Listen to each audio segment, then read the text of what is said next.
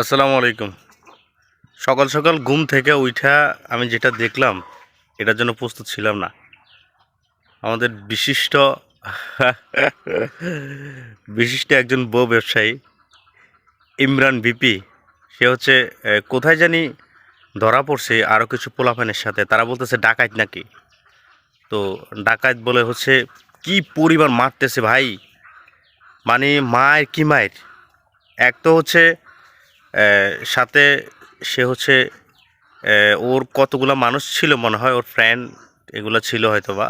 আর নয়তোবা ডাকাতি করতে আসছে নাকি ডাকাতি নাম পুড়ে গেছে, মানে অন্য কাজে আসছে। তারা তো হচ্ছে বিভিন্ন ভিডিও করার জন্য হচ্ছে এদিকে ওদিকে যায়, হয়তোবা কোনো ফান্দে পড়ে গেছে, হয়তোবা ডাকাতি করতে আসছে, দুটার একটা হবে। তবে যেইভাবে মুভ দেখতেছি মানুষের, মারধর করতেছে ওকে, হ্যাঁ মনে হয় যে ডাকাতি করতে আসছে। তো আরেকটা জিনিস দেখেন, এখন কিন্তু বাংলাদেশে কিছুদিন আগে ইভেন কয়েকটা ঘটনা হয়েছে। একটা হচ্ছে কক্সবাজার, তারপরে হচ্ছে এখানে আবার এই একটা বাসের ভিতরে শিক্ষা সফরে যখন কতগুলো মানুষ যাইতেছিল, তখন নাকি একটা মহিলাকে হাজব্যান্ডের সামনে 3 ঘন্টা দর্শন করছে। তো এমনিতেই আন্দোলনে নেমে গেছে বাংলাদেশের মানুষ, হচ্ছে ওই যে ডাকাতের বিরুদ্ধে। ইভেন বাংলাদেশের মানুষ মেয়েরা সেফ নাই দেখা এগুলোর বিরুদ্ধে হচ্ছে অনেক আন্দোলন চলতেছে। একে তো এটাও একটা গরম একটা অবস্থা, তার উপর হচ্ছে সে ডাকাতির একটা প্রতারণা, ডাকাতির একটা জায়গার মধ্যে ধরা ধরা পড়ছে। সে ডাকাতি নাকি করতে গেছে। তো এখন আমার মনে হয় না সে এইবারে ধরা সে পার পাওয়া যাবে।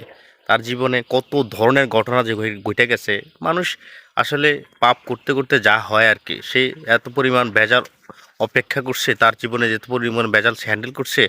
সে এমন হইতে পারে যে হ্যাঁ, সে মনে করে যে ভেজালগুলো আমার জন্য সাধারণ সিম্পল, আমার টাকা আছে পয়সা আছে সব কিছু করে নেবো। যেমন ফেসবুক আর ইউটিউবের টাকা দিয়ে হচ্ছে ঘর বাড়ি করছে, জমি কিনছে, জায়গা কিনছে, হেয়ার সেলুন দিছে, ইত্যাদি সব কিছুই দিছে। তো সেই মনে করে যে তার জন্য এই ভেজালগুলো সিম্পল একটা ভেজাল। তো যাই হোক, আমি জানি না এটা কতটুকু সত্য বা মিথ্যা কিনা, তবে এইবারে যে ধরা পড়ছে জনগণের হাতে, আমার মনে হয় মাইরিয়ে ফেলছে। মৃত্যুর ঘটনা, মৃত্যুর কথাটা কিছুক্ষণ পরে শুনতে পাবেন, এমন হইতে পারে। মাইরটা ভাই প্রচুর মার, আর জনগণের মায়ের মানে সেরকম মায়ের মানে এক এক কেউ যদি মারে ভাই, আচ্ছা এতজন মানুষ সবার কি ভিতরে মানে শুধু দেখবে যে সামনে যেটা ঘটছে, একটা লোক ডাকাতি করতে আসছে, হ্যারকে ছাইরা দিবে আপনি।